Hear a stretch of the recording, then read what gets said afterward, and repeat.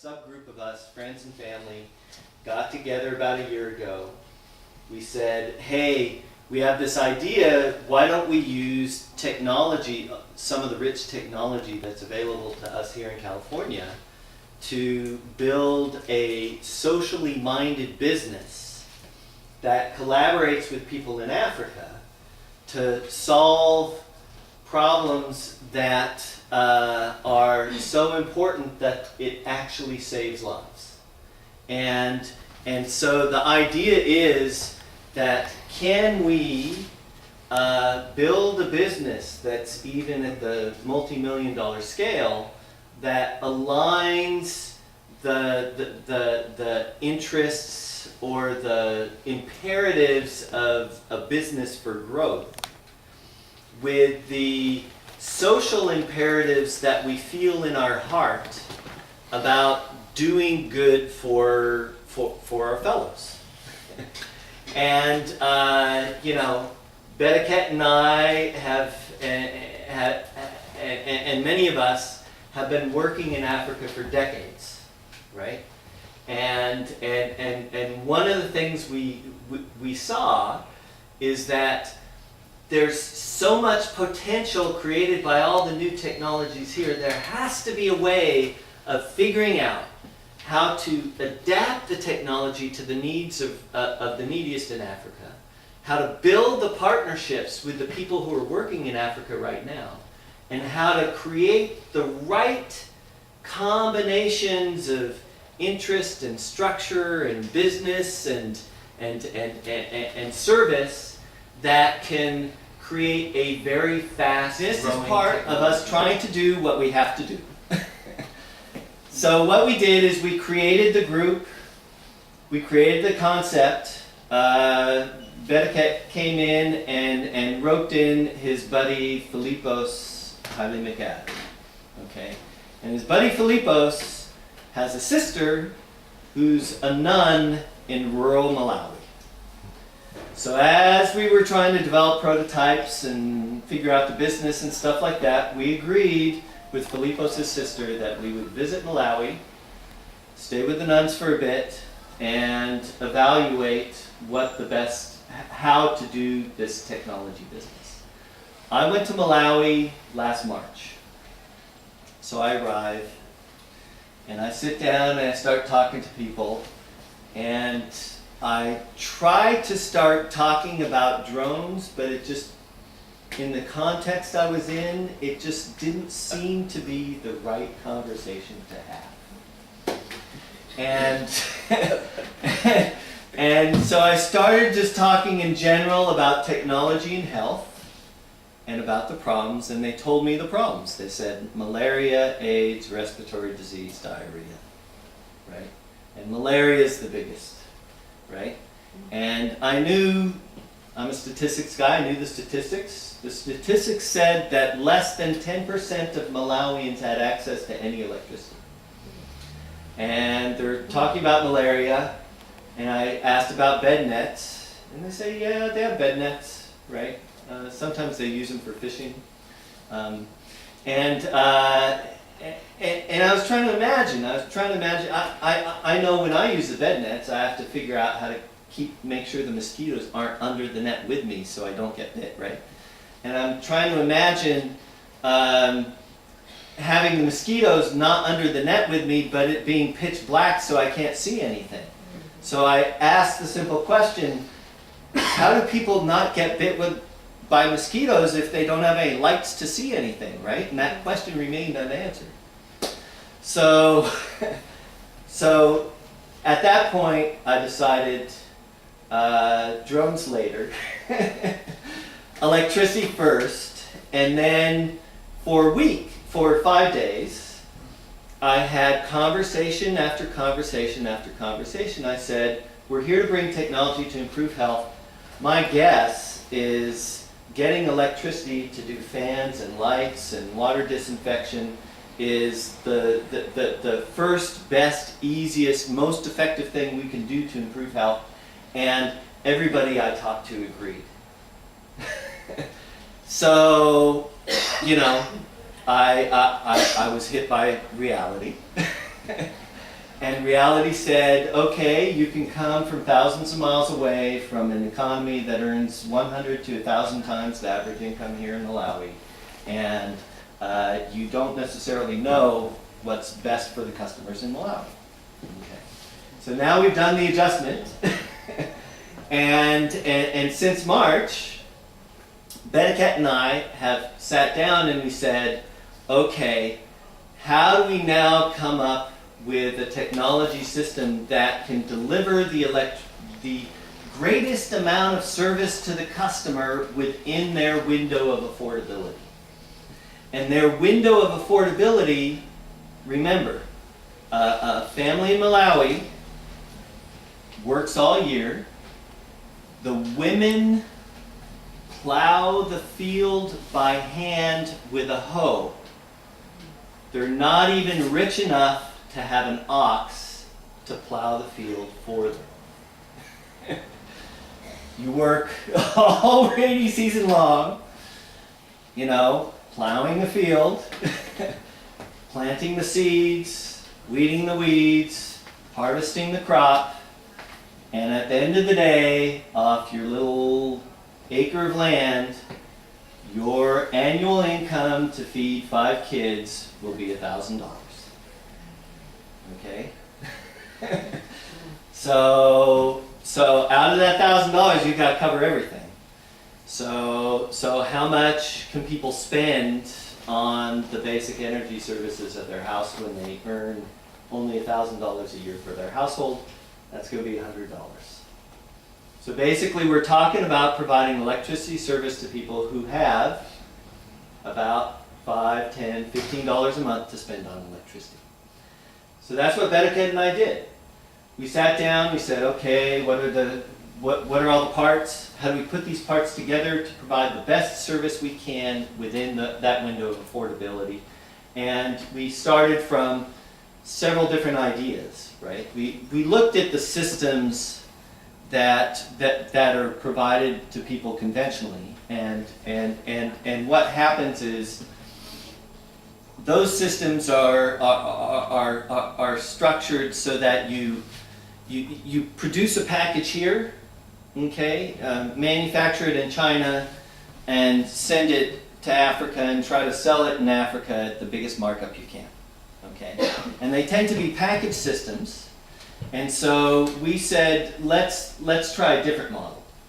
Let's instead try to produce a microgrid that's very adaptable, that provides many different levels of service, that combines cheap parts where it's appropriate to have cheap parts, and high quality parts where it's appropriate to have high quality parts, and do this sort of multi-factor optimization of the system. Okay? So now I probably want to go through what we came up with and why we think it'll provide a pretty good service for the people we want to provide service to. So what we decided is that if we tried to do a grid, like a grid here in the US, and we assume that we're pumping the peak demand of power across the wires, we have to buy pretty big wires in order to get that current to the customer. And we said, we can't buy kilometers of wire that go over hundreds of meters because it'll make the whole system too expensive for the customer. So how do we solve that problem? The way we decided to solve that problem is we decided to distribute the infrastructure of the system out into clusters of houses, and to separate a central power station, which is this, and the distributed power stations for the houses as these little boxes. And the beautiful thing that does is when you allow the local household clusters to have their own portable electricity supply, that allows you to supply the electricity from the center as a continuous trickle of current. And when you're delivering the current over 24 hours instead of over 2 hours, then you can use much smaller wires. And by using that trick, we now are able to build the distribution system with very thin wires that are cheap enough to make the distribution system affordable to everybody. So in this example, we bought the length of wire that we might see in Africa. So that's 250 feet of wire. We have not only the 2 wires necessary to send the electricity to the distributed house, we have another extra pair of wires that we can use for some other purpose at the appropriate time. Okay? So then in the central system, what we have is we have 200 watts of panel on the roof. Now, to give you a sense of perspective, when someone buys solar panels for one house here in the US, the absolute minimum number of solar panels that they will put on their house is like 2,000 watts of panels. We're using 200 for 20 houses. Okay? So realize that the energy use, people can afford about 1/100th the electricity we use here. So we have to figure out how to use that electricity in a much more clever way so that that 1/100th of electricity volume is actually providing the level of service that households need. So we have that 200 watts of panel. The 200 watts of panel comes in, it goes through this charge controller, and that charge controller divides the electricity between the long-term storage in the battery and sending it out to the distribution grid. So when there's a lot of electricity from the panel, it'll be charging the battery. When the panel's off, all night long, this will be sending it out to the distribution grid. Now we have another little innovation we have is normally one reason they have such big wires in the traditional solar microgrids is that they assume that they're pumping a lot of current at 12 volts. And what happens is if you up the voltage from 12 to 15, 16, 17 volts, you can control the amount of current that you're pumping through a thin wire. So how do we do a DC to DC converter that does 15, 16, 17 volts? That is otherwise known as a laptop charger. The other thing we do is I don't know how much people are familiar with it, but a solar panel is designed to make sure that when the sun is shining, you get the power in your battery. So in order to do that, they make sure that the operating voltage of the solar panel is high enough to push the current into your battery. That means that the typical operating voltage of the panel is 18 volts instead of the 12 volts of the car battery. Now, what can we do with that? What we can do is, if we're a little clever, we can say, we're not going to use that extra 6 volts just to push current into the battery. We're going to wire in a little voltage divider. We'll send 12 of the 18 volts to the battery, but then we're gonna slice off that extra 6 volts, and we're gonna send it to the ventilation fans. Mm. Yeah. And the beautiful thing about that is we now get to get the smoke out of the kitchen using electric power that otherwise would not be used. So we're decreasing respiratory disease for almost free in terms of energy. So that I'm very excited about. And I'm also daydreaming how you can use similar tricks to create water disinfectors instead of just ventilation fans. Right? So I'm hoping that eventually will be, you know, decreasing respiratory disease and decreasing diarrhea disease by using daytime excess electricity that's available from the solar panels. There's another trick that one can use. I have a friend sort of looking at it. Is I don't know. There's these magic chips that are the heat version of solar panels. They're called thermoelectric generator chips, and you can put thermoelectric generator chips into a wood stove that you're cooking on, and if you design it properly, that wood stove will generate 5, 10, 15 watts of electricity while you're cooking your food on the wood stove. So, so we'll eventually get there, but that requires a little more work than the time we had in the last 2.5 months.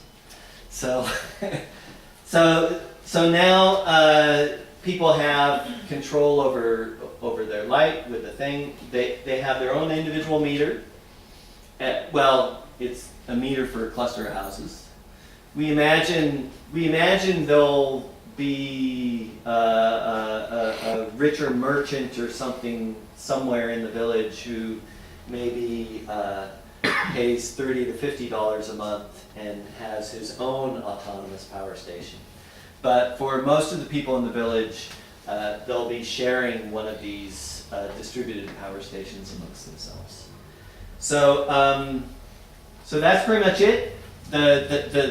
We basically set up a mock-up. We have 4 distributed power stations. We have a central power station. We bought all of the parts that we thought would be required for a system, and it came out to $3,500 for the equipment necessary to provide electricity to 20 households. Projects that you're showing a pilot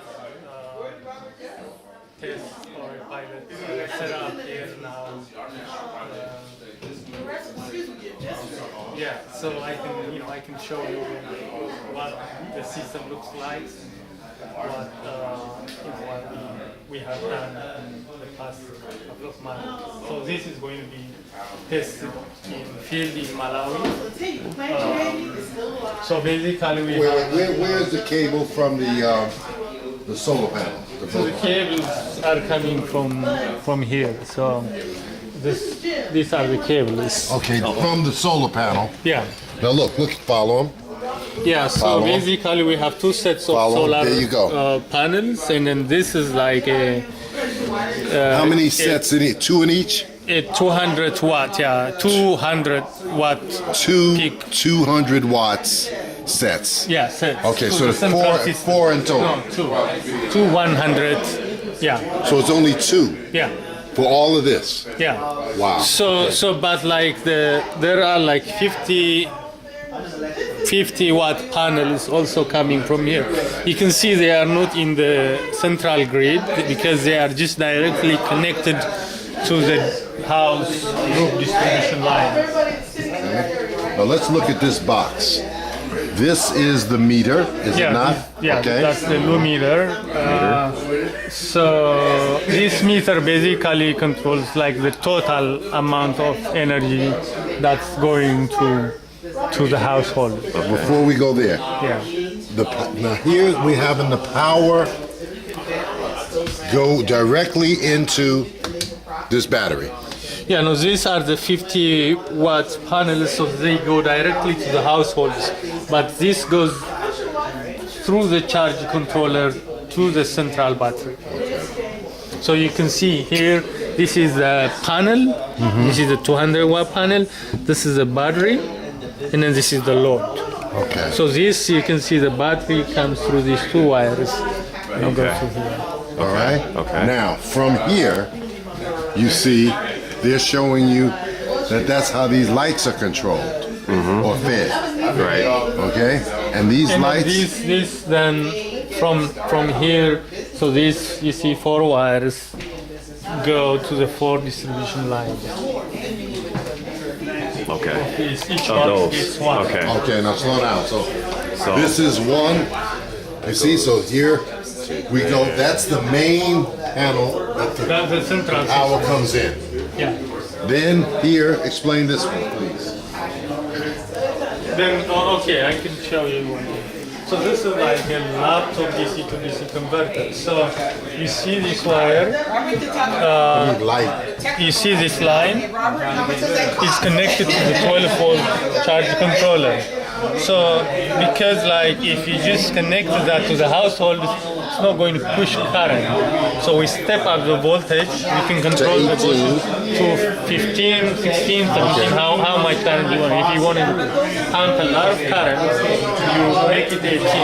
If you want like smaller amount of current, you set it to 16 or 15. Alright, so that's variable. Yeah, so then it comes through this and it goes and it charges. It charges those batteries. And let's go on over here.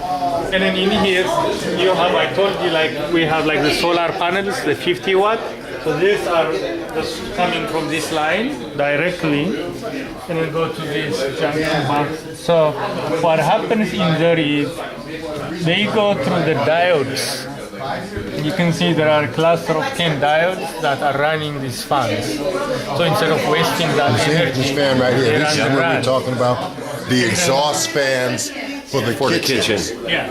For the To respiratory. help solve a respiratory so problem. it's like recovering some of the waste energy. And then here, Now slow down, slow down.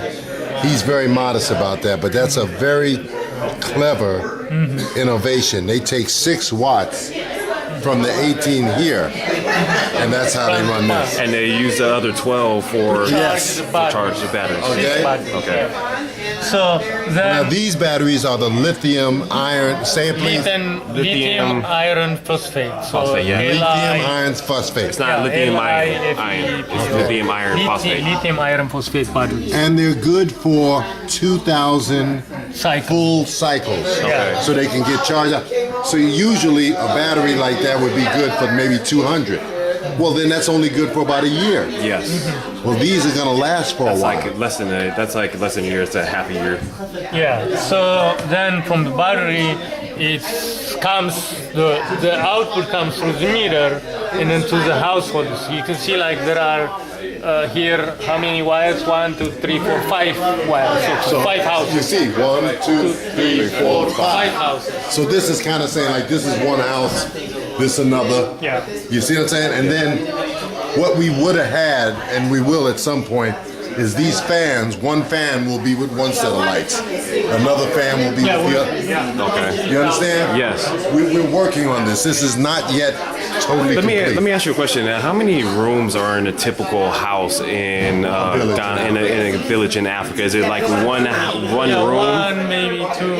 Yeah. Usually So the kitchen is in the living room So sometimes. they have like they cook inside or but they do it inside. So And that's just why this freestyle. fan is so important. Okay. Yeah. Okay, now show us please. So I think my question was like, how many lights would be per household? Like, would it be like a setup like this, or Yeah, two now. So we connect them together, but like you can separate them in each. But we get 2 lights. two lights per house? Okay. Per house. And remember, Full that's house. 5-watt lights. 5 watt And then lights. they can charge also their cell phone, radio, and then sound. The light lasts for 10 years.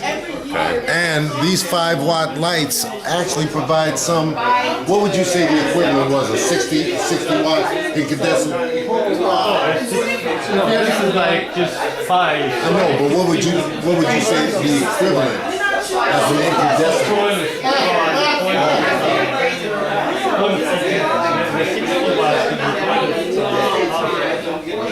I know what I'm saying. If I went into the store and bought an incandescent bulb, right? Which incandescent bulb would I have to get to match this? Probably about a 60 watt. Yeah. You see? In other words, it saves an enormous amount of electricity. Exactly. Do you have any more? No,